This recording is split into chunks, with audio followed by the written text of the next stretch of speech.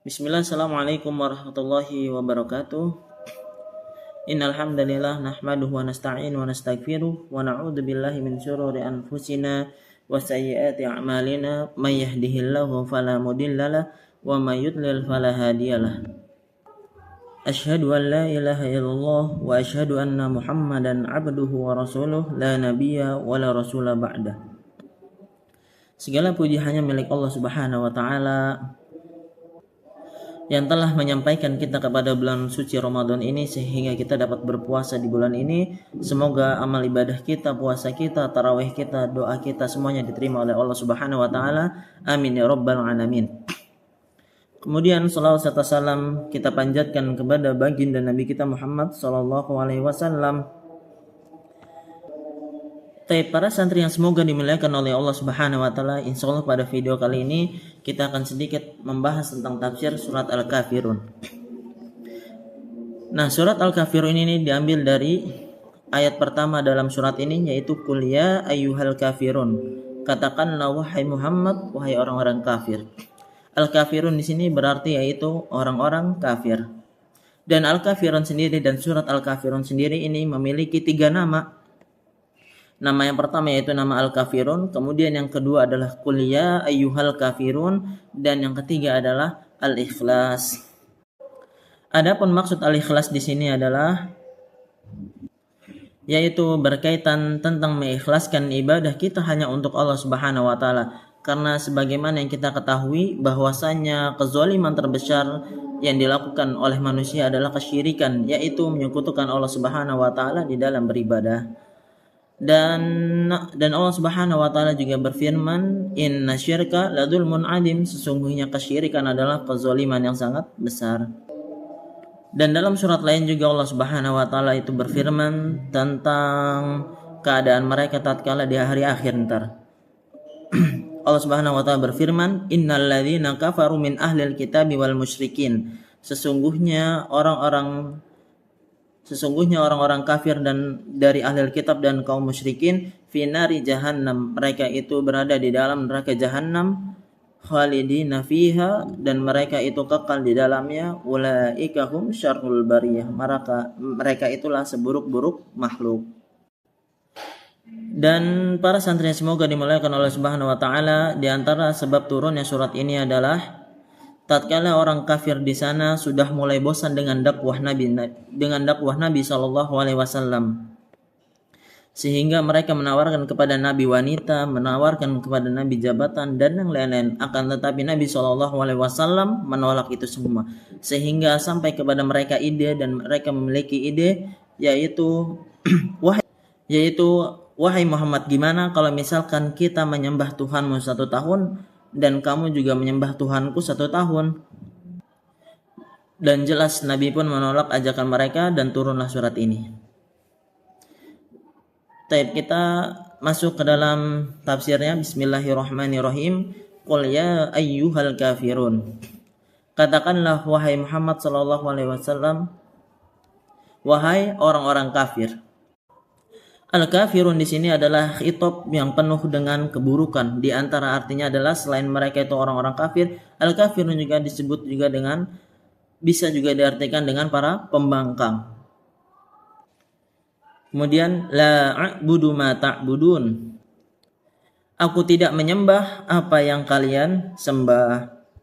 Dan ma di sini, huruf ma di sini itu memiliki 2 tafsir. Yang pertama adalah ma mausulah, yang dimana artinya adalah aku tidak menyembah apa yang kalian sembah. Dan adapun tafsir yang kedua adalah ma masdariyah, yaitu aku tidak akan menyembah cara kalian beribadah. Tentu para santri yang semoga dimuliakan oleh Allah Subhanahu wa taala, apa yang kalian sembah, aku tidak akan menyembah apa yang kalian sembah. Dan mereka ini kaum musyrikin pada zaman dahulu itu mereka itu para penyembah berhala.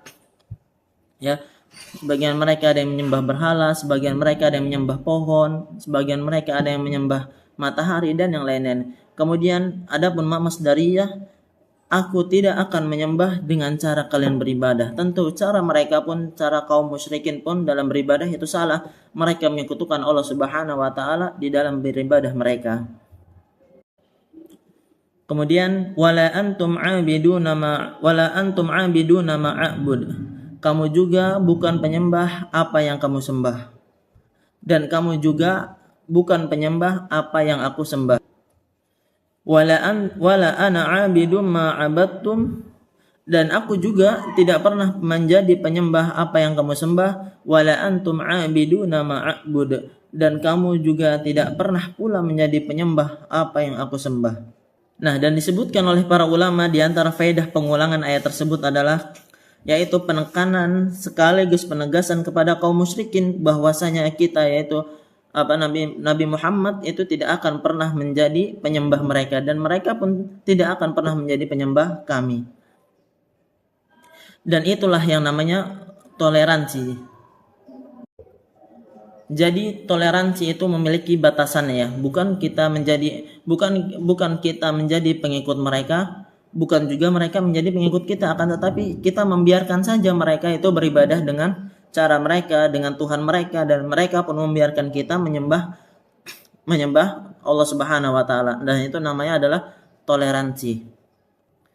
Bukan toleransi itu yang mana kita malah ikut-ikutan menjadi penyembah mereka, ikut-ikutan ibadah mereka, cara mereka, dan lain-lain. Nah, kemudian pada ayat akhir, lakum dinukum waliyadin, dan untukmu agamamu dan untukku agamaku. Nah, dalam ayat ini juga memiliki faedah bahwasanya terdapat yaitu bentuk baro, yaitu baro itu berlepas diri dari segala bentuk kesyirikan, dari segala bentuk yang mereka sembah dan yang lain-lain. Dan surat Al-Kafirun ini memiliki sunnah-sunnah, yaitu yang sunnah-sunnah sholat yang disunahkan di dalamnya itu dibaca surat Al-Kafirun.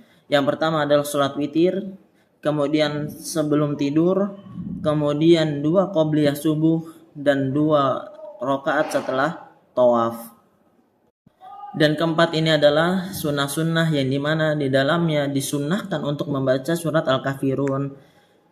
Dan para santri yang semoga dimuliakan oleh Allah Subhanahu wa taala, dan di dalam ayat ini juga terdapat faedah dari ayat Al-Qur'an yang lainnya, yaitu inna dina indallahil Islam, bahwasanya sesungguhnya agama yang paling benar di sisi Allah adalah agama Islam. Karena kenapa? Karena jika seandainya semua agama benar, itu benar, maka dakwah Nabi itu tidaklah berguna. Maka dakwah Nabi adalah dakwah yang sia-sia.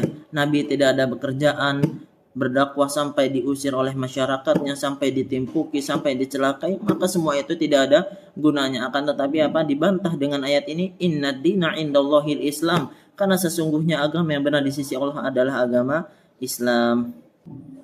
Mungkin ini saja yang bisa saya sampaikan. Kurang lebihnya mohon maaf. Wa akhiru da'wana anil hamdulillahi rabbil alamin. Assalamualaikum warahmatullahi wabarakatuh.